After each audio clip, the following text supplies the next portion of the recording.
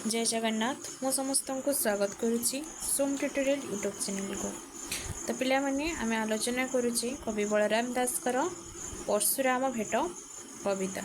तो जिते बड़े परशुराम आम पूर्व पीढ़ी आलोचना करते जिते परशुराम राजा दशरथ और सैन्य सामंत सम्मुखें आसिकी पहुँची जाइछन्ति। समस्ते भयभीत हो जाइछन्ति एवं जो तांकर सैन्य बाहिनी थिले से माने कौन करिसेंति ना निज निजर दल छाड़ी वनस्तर एणे तेणे से चली जाइछन्ति एवं समस्ते कौन कहते ना द्वितीय जमराण बा द्वितीय जमराज आसिकी आम निकट में पहुँची जाइछन्ति। तेणु आज आम समस्तंकर प्राण नाश जीव एवं आमे समस्ते मृत्युवरण करवा। तो एभली भाव में समस्ते चिंता करुछन्ति। तो एतिकी पर्यंत आमे आलोचना करिथिले।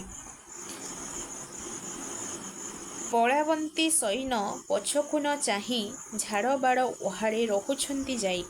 तो जो सैन्य सामंत गुड़िक अच्छी से माने कौन करुछन्ति ना पछकु न चाही से माने आगको चली जाउछन्ति। से माने परशुराम ठारू दूरे जावाई चेष्टा करुछन्ति एवं वनस्थ भितर जो गछलता रही सेठारे जाइकि से माने लुचि जाउछन्ति। वशिष्ठ विश्वामित्र दशरथ राय जेणे जाए प्रसु तेणे से गोड़ाई। तो वशिष्ठ कुलगुरु वशिष्ठ एवं से जो विश्वामित्रंकर आश्रम थिला सिद्धवन रे ऋषि विश्वामित्र एवं राजा दशरथ एमाने कौन करुछन्ति ना जो सैन्य बाहिनी पछरे जो जाउछन्ति माने परशुराम तांकर पछे पछे माने मध्य चलीचन्ति। श्रीरामंक सन्निध्ये मिलिलाक जाई प्रसु उभारिला कोपमुख होई। तो परशुराम जाइकी सीधा सड़क कहा निकट में पहुँची ना श्रीरामंक निकट में पहुँची एवं से श्रीरामंक निकट में पहुँचा समय से अति क्रोधरे से जर्जरित होइछन्ति। दशरथ राजा होइला को आग भक्षेत्री बरतु छाड़ छाड़ राग। तो राजा दशरथ से कौन करिसेंति ना परशुराम आगे जाइकी पहुँची एवं तांकु निजर क्रोध परशुराम को निजर क्रोध शांत करने से कहिसेंति। अपुत्रिक पुत्र मारिब केवल सधे निंदा पाइब ना त्रिलोक्यर मध्य। तो से कहिसेंति जे अपुत्रिक माने राजा दशरथ बहुत दिन पर्यंत तांकर कौनसी संतान संतति नथिले से पुत्रमेष्टि यज्ञ करिकी 4 जन पुत्र को लाभ करथिले। तो अपुत्रिक से वृद्ध बयस रे पुत्र लाभ करिसेंति। तो से पुत्र माननकु विनाश करिबा हत्या करी तुमे त्रिलोक्य रे कौन करिबो ना निंदा अपवाद पाइबो बोली से कहउचंती। सूर्य वंश तोते नुहइना दोषी किंपाई पुत्र को मोर पकाइबु नासी। राजा दशरथ कहउचंती जे आपणकर दोषी आमे आमर सूर्यवंश आपणकर कौनसी दोष करिनाहांती। तो मोर पुत्र माननकु कोन पई तुमे माने नाश करिवो तुमे नाश करिवो बा तुमे हत्या करिवो। यहाकू माइले एठारू वंश सरई एते बोली राजा प्रसु पादे पड़ई। तो राजा दशरथ कौन कहते ना ये जो मोर 4 जन पुत्र को बा श्रीराम को जदि श्रीराम को जदि तुम्हें हत्या करिवो बा नाश करिवो ताहले एमानंक ठारू ही मोर वंशर परिसमाप्ति हेबो। कारण मोर उत्तराधिकारी आउ केही नाहांती जे कौन करिवे ना मोर कुल प्रदीप को जाड़िकी रखिबो बा मोर वंश रक्षा करिवो। यह कहिकी से कौन करुछन्ति राजा दशरथ प्रसुपादे पड़ई अर्थात परशुरामंकर पादरे से बारंबार नमस्कार करुछन्ति प्रणाम जणाउछन्ति। दंते तीरण धरी करई दैनी बेले को रक्षा कर मते ब्रह्म मुनि। तो अति भयभीत हो जाइछन्ति राजा दशरथ। तो से भय से कौन करिसेंति ना निजर दांतरे तीरण अर्थात घास बा नड़ा धरिकी से कौन करिसेंति करई दैनी से विनय बा अनुरोध करुचंती काहाकू ना ब्रह्म मुनि बा परशुराम को से अनुरोध करुचंती तुमे मते रक्षा कर। पुअंत छाड़ी मते पका मारी मोर दोष नाही तोते तो पचारी। राजा दशरथ कहते ना मो पुत्र माननकु तुमे छाड़ी दियो मते बरं माने हत्या कर दियो किंतु मो पुत्र मानकर किछि दोष नाही तुमे तांकु छाड़ी दियो। राजार प्रबोध नघे नई ऋषि पुणी श्रीराम छामुरे मिले आसी। किंतु राजा दशरथंकर कौनसी प्रबोधना तांकर क्रोध को शांत करि पारो नाही। से आसिकी कोठी माने पहुँची ना श्रीरामंक निकट रे से पहुँची। କୋପେଣ ବୋଲୋଇ ତୁ ଶୁଣ ରଘୁନାଥ ଈଶ୍ୱର ଧନୁ କେମନ୍ତ କଲୁହତ। ତ କ୍ରୋଧରେ ରାଗିକି ସେ କ'ଣ କହୁଛନ୍ତି, ରଘୁନାଥ ବା ଶ୍ରୀରାମଚନ୍ଦ୍ରଙ୍କୁ ସେ କ'ଣ କହୁଛନ୍ତି, ଈଶ୍ୱର ଧନୁ କେମନ୍ତେ କଲୁହତ, ଅର୍ଥାତ୍ ଶିବ ଧନୁକୁ ତୁ ମାନେ କେଉଁଭଳି ଭାବରେ ତୁ ଭାଙ୍ଗିଲୁ। ଇନ୍ଦ୍ର ହିଁ ତୋଳି ନପାରଇ ତାହା ସାମାନ୍ୟ ବଳ କି ବହେ ତୋର ବାହା। ତ ଯେଉଁ ଶିବ ଧନୁକୁ ଇନ୍ଦ୍ର ମଧ୍ୟ ଧରିପାରନ୍ତି ନାହିଁ, ତୋର ଏଇ ସାମାନ୍ୟ ବଳରେ, ଏଇ ଯେଉଁ ତୋର ବାହା ଅର୍ଥାତ୍ ମାନେ ତୋର ହାତର ଏଇ ଯେଉଁ ସାମାନ୍ୟ ବଳରେ ତୁ କିଭଳି ଭାବରେ ସେଇ ଶିବ ଧନୁକୁ ଭାଙ୍ଗି ପାରିଲୁ। ମେର ହୁଁ ଗୁରୁ ସେ ବଜ୍ର ହୁଁ ଆଣ୍ଟ ଅଟଇ, ଏ ତୋହର ଭୁଜ ଲାଗି ସେ ଧନୁ ତୁଟଇ। ତ ଏଇ ଯେଉଁ ଶିବ ଧନୁ ମେରୁ ହୁଁ ଗୁରୁ ଅର୍ଥାତ୍ ପର୍ବତରୁ ମଧ୍ୟ ଏହା ଅଧିକ ଓଜନିଆ ଏବଂ ବଜ୍ର ହୁଁ ଆଣ୍ଟ ଅଟଇ ଅର୍ଥାତ୍ ବଜ୍ରଠାରୁ ମଧ୍ୟ ଏହି ଶିବ ଧନୁ ଆହୁରି କଠିନ। ତ ତୋର ଏଇ ଭୁଜ ଲାଗି ବା ତୋର ଏଇ ହାତ ଲାଗି ସେ ଧନୁ କିଭଳି ଭାବରେ ଭାଙ୍ଗିଲା। ଯେବଣ ଧନୁରେ ତ୍ରିପୁରା ପ୍ରାଣ ହାରି, ତାହା ହାଦେ ଭାଙ୍ଗିଲୁ ତୁ ଦୁଇ ଖଣ୍ଡ କରି। ତ ଯେଉଁ ଧନୁ ତ୍ରିପୁରାସୁରର ପ୍ରାଣ ନାଶକ ସାଜିଥିଲା, ସେହି ଧନୁକୁ ତୁ କିଭଳି ଭାବରେ ହଠାତ୍ ଏଭଳି ଦୁଇ ଖଣ୍ଡ କରି ଭାଙ୍ଗିଦେଲୁ। ଦଶରଥ ବୋଲନ୍ତି ତୁ ଶୁଣସି ଶ୍ରୀରାମ, ପ୍ରସୂଧରଟି କ୍ଷତ୍ରିଙ୍କର ତମ। ତ ରାଜା ଦଶରଥ ଶ୍ରୀରାମଚନ୍ଦ୍ରଙ୍କୁ କ'ଣ କହୁଛନ୍ତି ନା, ପ୍ରସୂଧରଟି କ୍ଷତ୍ରିଙ୍କର ତମ, ଅର୍ଥାତ୍ ପରଶୁରାମ ହେଉଛନ୍ତି କ୍ଷତ୍ରିୟମାନଙ୍କ ପାଇଁ ଅନ୍ଧକାର ବା କ୍ଷତ୍ରିୟମାନଙ୍କର ସେ ବା କ୍ଷତ୍ରିୟମାନେ ହେଉଛନ୍ତି ପରଶୁରାମଙ୍କର ଶତ୍ରୁ। ସେ କ'ଣ କରିଥିଲେ, 21 ଥର ସେ ଏଇ ପୃଥିବୀକୁ ନିକ୍ଷତ୍ରିୟ କରିଦେଇଥିଲେ। ତେଣୁ କ୍ଷତ୍ରିୟମାନଙ୍କ ପାଇଁ ପରଶୁରାମ ହେଉଛନ୍ତି ଅନ୍ଧକାର ସଦୃଶ। ଏହାଙ୍କର ଚରଣେ ତୁ ନମସ୍କାର କର, ଏହା କଲ୍ୟାଣେ ତୋତେ ଐଶ୍ୱର୍ଯ୍ୟ ଅପାର। ତ ରାଜା ଦଶରଥ କ'ଣ କହୁଛନ୍ତି ନା, ପରଶୁରାମଙ୍କର ଚରଣରେ ବା ପାଦରେ ଯାଇକି ତୁ କ'ଣ କର, ପ୍ରଣାମ କର। ଏହାଙ୍କର ଆଶୀର୍ବାଦରେ ତୋର କଲ୍ୟାଣ ହେବ ଏବଂ ତୁ ଐଶ୍ୱର୍ଯ୍ୟ ଲାଭ କରିବୁ।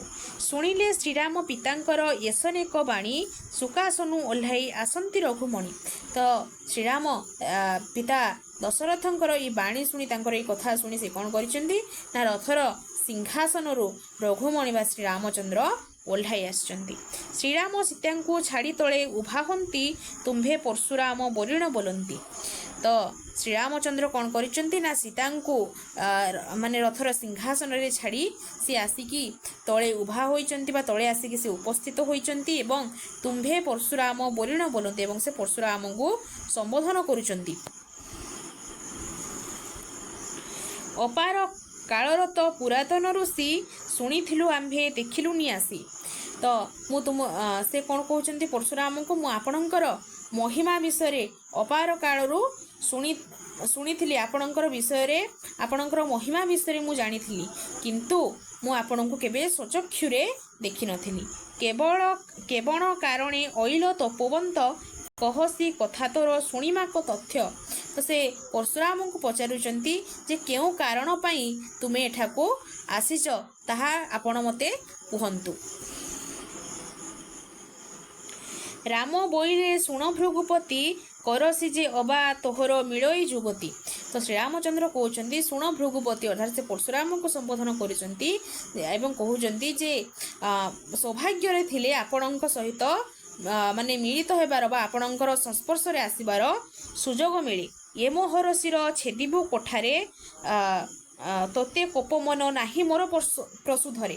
ତ ସେ ପ୍ରସୂଧରେ ଅର୍ଥାତ୍ ସେ ପରଶୁରାମଙ୍କୁ କ'ଣ କହୁଛନ୍ତି, ଯଦି ଏଇ କୋଠାରରେ ବା ଏଇ କଟୁରୀରେ ମଧ୍ୟ ତୁମେ ମୋର ଶିରକୁ ଛେଦନ କରିବ, ତଥାପି ମଧ୍ୟ ଆପଣଙ୍କ ପ୍ରତି ମୋ ମନରେ ତିଳେ ମାତ୍ର କୋପ ମନ ନାହିଁ ବା ତିଳେ ମାତ୍ର ମୁଁ ଆପଣଙ୍କ ପାଇଁ ମୋ ମନରେ ତିଳେ ମାତ୍ର କ୍ରୋଧ ନାହିଁ ବୋଲି ସେ କହୁଛନ୍ତି। ଗୋରୁ ବ୍ରାହ୍ମଣେ ମୁଁ ନ କରଇ ରୋଷ, ତେଣୁ ସେ କୋପ ତୋତେ ନାହିଁ ଅମରିଷ। ମୁଁ କାହାକୁ କୋପ କରି ନାହିଁ, ଗୋରୁ ବା ଗୋମାତାଙ୍କୁ କୋପ କରି ନାହିଁ ଏବଂ ବ୍ରାହ୍ମଣଙ୍କ ଠାରେ ମୋର କୌଣସି ପ୍ରକାର କ୍ରୋଧ ନାହିଁ। ଆପଣ ବ୍ରାହ୍ମଣ ହୋଇଥିବାରୁ ଆପଣଙ୍କ ଠାରେ ମୋର ତିଳେ ମାତ୍ର କ୍ରୋଧ ନାହିଁ। ଯାହା ବୋଲିବୁ ତାହା ପାଳିବଇ ଆଜ୍ଞା, ଅଳ୍ପ ମାତ୍ରେ ମୁଁ ନ କରିବି ଅବଜ୍ଞା। ତ ଶ୍ରୀରାମଚନ୍ଦ୍ର କହୁଛନ୍ତି ଆପଣ ଯାହା କହିବେ ମୁଁ ଆପଣଙ୍କର ଆଜ୍ଞାକୁ ମାନି ନେଇଯିବି, ତିଳେ ମାତ୍ର ଆପଣଙ୍କର ଆଜ୍ଞାକୁ ମୁଁ ଅବଜ୍ଞା କରିବି ନାହିଁ। ଶ୍ରୀରାମର ବଚନ ଏସନ ଆର୍ତ ଶୁଣି ଧନୁ ବଢ଼ାଇ ଦେଲେ ଭୃଗୁମଣି। ତ ଶ୍ରୀରାମଙ୍କର ଏଇ ଆର୍ତ ବାକ୍ୟ ଶୁଣିକି ଭୃଗୁମଣି ଅର୍ଥାତ୍ ପରଶୁରାମ କ'ଣ କଲେ, ତାଙ୍କର ହାତରେ ଯେଉଁ ବୈଷ୍ଣବ ନାମକ ଧନୁ ସେ ଧାରଣ କରିଥିଲେ, ସେ କାହାକୁ ବଢ଼ାଇ ଦେଲେ? ଶ୍ରୀରାମଚନ୍ଦ୍ରଙ୍କୁ ସେହି ଧନୁ ବଢ଼ାଇ ଦେଲେ। ଏକଦଣ୍ଡ ଯେବେ ଦେଇପାରୁ ଗୁଣ, ଜାଣମା ତୋହର କେତେ ଅଛି ପ୍ରାଣ। ତ ସେ ଶ୍ରୀରାମଙ୍କର ବଳକୁ ସେ ମାପିବା ପାଇଁ ଚେଷ୍ଟା କରିଛନ୍ତି ଏବଂ ତାଙ୍କ ହାତରେ କୋଦଣ୍ଡ ବା ଯେଉଁ ବୈଷ୍ଣବ ନାମକ ଧନୁ ସେ ଧରିଥିଲେ ତାକୁ ସେ ଶ୍ରୀରାମଙ୍କୁ ବଢ଼ାଇ ଦେଇଛନ୍ତି ଏବଂ କ'ଣ କହିଛନ୍ତି ନା ଏଇ ଧନୁରେ ସେ ଗୁଣ ଚଢ଼ାଇବା ପାଇଁ ଶ୍ରୀରାମଙ୍କୁ କହିଛନ୍ତି। ତାହେଲେ ଯାଇ ମୁଁ ଜାଣିପାରିବି ଯେ ତୁମର ବଳ କେତେ। ସରାସନ ଥିଲା ପରଶୁରାମର ହସ୍ତେ, ଦକ୍ଷିଣ ଭୁଜେ ତାହା ନେଲେ ରଘୁନାଥେ। ତ ପରଶୁରାମଙ୍କର ହସ୍ତରେ ଯେଉଁ ସରାସନ ବା ଯେଉଁ ଧନୁ ଥିଲା ତାକୁ ରଘୁନାଥ ବା ଶ୍ରୀରାମଚନ୍ଦ୍ର କ'ଣ କରିଛନ୍ତି, ତାଙ୍କର ଦକ୍ଷିଣ ହାତରେ ବା ଡାହାଣ ହାତରେ ସେଇ ଧନୁ ନେଇଛନ୍ତି। ବାମ ଭୁଜେ ଧରି ନଦିଲେ ବାମ ପାଦ, ଗୁଣେ ଦିଅନ୍ତି ପରଶୁରାମ ହୋଇଲେ ତବଦ। ତ ବାମ ଭୁଜରେ ଧରିଛନ୍ତି ବା ବାମ ହାତରେ ଶ୍ରୀରାମଚନ୍ଦ୍ର ସେହି ଧନୁକୁ ଧରିଛନ୍ତି ଏବଂ ଗୁଣ ଦିଅନ୍ତି ପରଶୁରାମେ ହୋଇଲେ ତବଦ। ତ ସେତେବେଳେ ସେ ଗୁଣ ଚଢ଼େଇଛନ୍ତି ବା ସେଇ ଧନୁର ଯେଉଁ ରଜ୍ଜୁକୁ ସେ ଯେତେବେଳେ ଟାଣିଛନ୍ତି, ପରଶୁରାମ ହୋଇଲେ ତବଦ ବା ସେ ପରଶୁରାମ ଯେତେବେଳେ ଦେଖିଛନ୍ତି ଯେ ମାନେ ସେ ଶ୍ରୀରାମଚନ୍ଦ୍ର ଧନୁରେ ଗୁଣ ଦେଉଛନ୍ତି ବା ସେ ରଜ୍ଜୁକୁ ଟାଣୁଛନ୍ତି, ସେତେବେଳେ ପରଶୁରାମ ତାକୁ ଦେଖିକି ସ୍ତବ୍ଧ ହୋଇଯାଇଛନ୍ତି।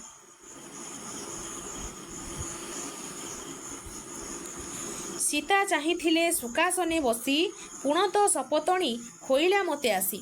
ତ ସୀତା ଯେଉଁ ସୁକାସନେ ବା ଯେଉଁ ରଥର ସିଂହାସନରେ ସେ ବସିଥିଲେ, ସେ କ'ଣ ଚିନ୍ତା କରୁଛନ୍ତି ନା ପୁଣତ ସପତଣି ଅର୍ଥାତ୍ ସୌତୁଣୀ ଆସି ମୋ ନିକଟରେ ଉପସ୍ଥିତ।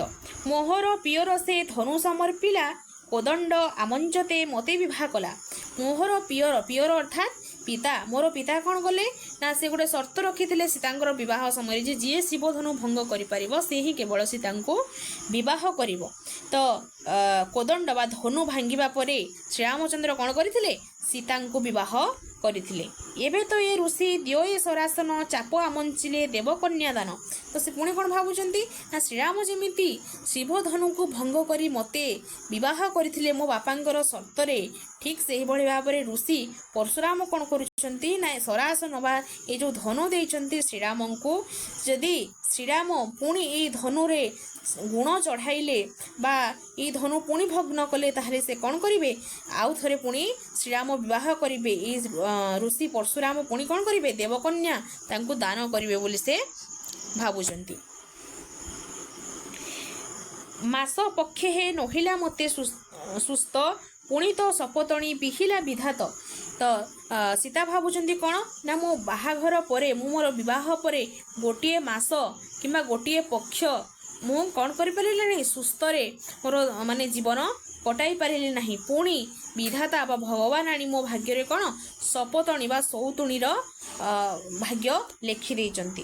ଶ୍ରୀରାମ ସତ୍ୟ କଲେ ଅଗ୍ନି ଛୁଇଁ, ନିଶ୍ଚୟ ସପତଣି ମୋତେ ନ କରିବାର ପାଇଁ। ତ ଶ୍ରୀରାମଚନ୍ଦ୍ର କ'ଣ କହିଥିଲେ ନା ଯେତେବେଳେ ସେ ବିବାହ କରିଥିଲେ ସେ ଅଗ୍ନିକୁ ମାନେ ସାକ୍ଷୀ ରଖି ସେ କ'ଣ କହିଥିଲେ ନା କେବଳ ସେ ଏକପତ୍ନୀ ବ୍ରତ ଧାରଣ କରିବେ। ଏବେ ତ ଧନୁରାମ ଧରନ୍ତି ଆଗୁସାର, ଅସତ୍ୟ ପୁରୁଷଙ୍କର ଏମନ୍ତ ବ୍ୟବହାର।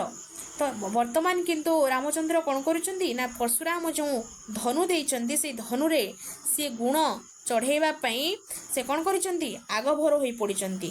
ତ ରାମଙ୍କର ଏଇ ଯେଉଁ କାର୍ଯ୍ୟକଳାପକୁ ସୀତା କ'ଣ କହିଛନ୍ତି ନା ଏ ହେଉଛି ଅସତ୍ୟ ପୁରୁଷମାନଙ୍କର ଏଇଭଳି ଭାବରେ ବ୍ୟବହାର ବୋଲି ସେ କହିଛନ୍ତି। ଏମନ୍ତ କଥା ସୀତା ମନେ ବିଚାରିଲେ, ବିହି ଯାହା লিহি ଅଛଇ ବୋଇଲେ। ତ ଏଭଳି ଭାବରେ ସେ ଚିନ୍ତା କରୁଛନ୍ତି ଯେ ଶ୍ରୀରାମଚନ୍ଦ୍ର ପୁଣି କିଭଳି ଭାବରେ ମାନେ ସେ ଧନୁରେ ଗୁଣ ଚଢ଼େଇବା ପାଇଁ ମାନେ ଯାଉଛନ୍ତି। ପରଶୁରାମ କ'ଣ କରିବେ ନା ଧନୁରେ ଗୁଣ ଚଢ଼େଇବା ପରେ ତାଙ୍କୁ ପୁଣି ଦେବକନ୍ୟାଙ୍କ ସହିତ ବିବାହ କରିବେ। ତ ମାନେ ବିଧାତା ଆମ ଭାଗ୍ୟରେ ଯାହା ଲେଖିଛି କେବଳ ତାହା ହିଁ ହେବ ବୋଲି ସେ ଚିନ୍ତା କରୁଛନ୍ତି। ଏଥୁ ଅନନ୍ତରେ ଶ୍ରୀରାମ ଧନୁ ଧରି ଦକ୍ଷିଣ କର୍ଣ୍ଣ ପର୍ଯ୍ୟନ୍ତେ ଆଣିଲେ ଉଛୁଡ଼ି। ତ ଶ୍ରୀରାମ କ'ଣ କରିଛନ୍ତି? ସେଇ ଧନୁକୁ ଧରିକି ତାଙ୍କର ଦକ୍ଷିଣ କର୍ଣ୍ଣ ବା ଡାହାଣ କାନ ପର୍ଯ୍ୟନ୍ତ ସେଇ ଯେଉଁ ଧନୁର ଗୁଣ ବା ରଜ୍ଜୁକୁ ସେ ଟାଣି ଆଣିଛନ୍ତି। ପ୍ରସୁ ନାରାଜେ ଦେଲେକ ବଢ଼ାଇ, ତାହା ରଘୁନାଥ ଗୁଣରେ ବସାଇ। ତ परशुराम कौन करिसेंती ना से धनुरे तीर संयोग करबा पई तांको देइचंती एवं श्री रामचंद्र मध्य से तीर को कौन करिसेंती से धनु तांकर जो धनुरे से संयोग करिसेंती हसीण बोलंदी प्रसु बिंधिबा काहेकि इह लोके परलोक बोलिबो जहीकी तापर से हसिके पचारुछंती परशुराम को जे मुझे ये जो सर मु कोठी की निक्षेप करिवि इह लोक ना परलोक आपण जोठी कहिबे मु से एई सर सेठिकी निक्षेप करिवि भृगुपति बोइला परलोके भेद ये मोहर दुस्तर पाप भार छेद तो परशुराम कौन कहते ना तुम्हें ये जो सर को कौन कर ना परलोक को निक्षेप कर आउ मोर कौन कर मोर जेतिकी पाप मु जीवन रे सारा जेतिकी पाप करिछि सेई पाप को तुम्हें खंडन कर ब्राह्मण होइण मु क्षत्रिय बद्ध कली अहंताए अनेक मनुष्य माइली तो कौन कहते ना मु ब्राह्मण परशुराम कहते जे मु ब्राह्मण होइकी मध्य कौन कली क्षत्रिय माननकु मु हत्या करिछि मोर प्रतिहिंसा परायण मु मनोभाव होई अहंताए अर्थात प्रतिहिंसा मनोभाव नेकी मु अनेक मनुष्य को मारिछि स्वर्ग को गले मते लागिब अवश्य पाप तुसे श्रीराम हर मोहर ताप तो स्वर्ग को गले मध्य मते कौन लागिब पाप लागिब एवं से श्रीरामचंद्र को कहते मोहर से ताप मोर से पाप को तुम्हें हरण कर परलोके मो छेद रखु साई जेमंते स्वर्गपुर नपसई मुहि तो ये जो स्वर को तुम्हें कौन कर परलोक को निक्षेप कर जमती मु स्वर्गपुर को जाई परिबी नाही शुणिन श्रीराम पेशिले कसर बेगी छेदी पकाइले पशु पाप भार तो श्रीरामचंद्र कौन कले ना परशुराम कथा शुणिकी से परलोक को सर निक्षेप कले एवं जहाँ परशुराम जो पाप थिला से पाप को से खंडन कले उछुड़ी बार घाए भाजिला कोदंड मध्यव ठारू से होइला बेनिखंड तो से धनु कौन है ना जेते बेले श्रीराम गुण चढ़ई से धनु दुई खंड हो जाइए उछुड़ी बार घाए भाजिला कोदंड मध्यव ठारू से होइला बेनिखंड तो जेते बेले से धनुर गुण को से टाणी देइछंती से धनु कौन होइछि मध्यव ठारू अर्थात मझी भागरु से दुई खंड हो जाइछि सार्गे देवताए होइले आनंद हुळहुळी दियंती अपछरी वृंद तो स्वर्ग कौन करिसेंती देवता माने सब देखिके से माने आनंद होइछंती एवं अपछरी वृंद अर्थात अप्सरा गण से माने कौन करिसेंती हुळहुळी देइछंती तो पिला माने एटा थिला हमर परशुराम भेट कविता आशा करुच्ची तुमे माने जहाँ भी सब टेक्स्ट माने पढ़ा हेइची से सब गुड़ाक बुझी पारिथिबो बोली जदि वीडियोटी भल लगी ताहले वीडियोटी को लाइक कर दियो कमेंट करो आ सांग मानक सहित शेयर करो एवं सम ट्यूटोरियल यूट्यूब चैनल को सब्सक्राइब कर दियो जहाँ फल जहाँ भी नोटिफिकेशन आसीबो सर्वप्रथमे तुमे माने पाई परिबो तो पिला माने रहूची पुणी देखा हबा आ गोटे नुआ वीडियो रे जय जगन्नाथ।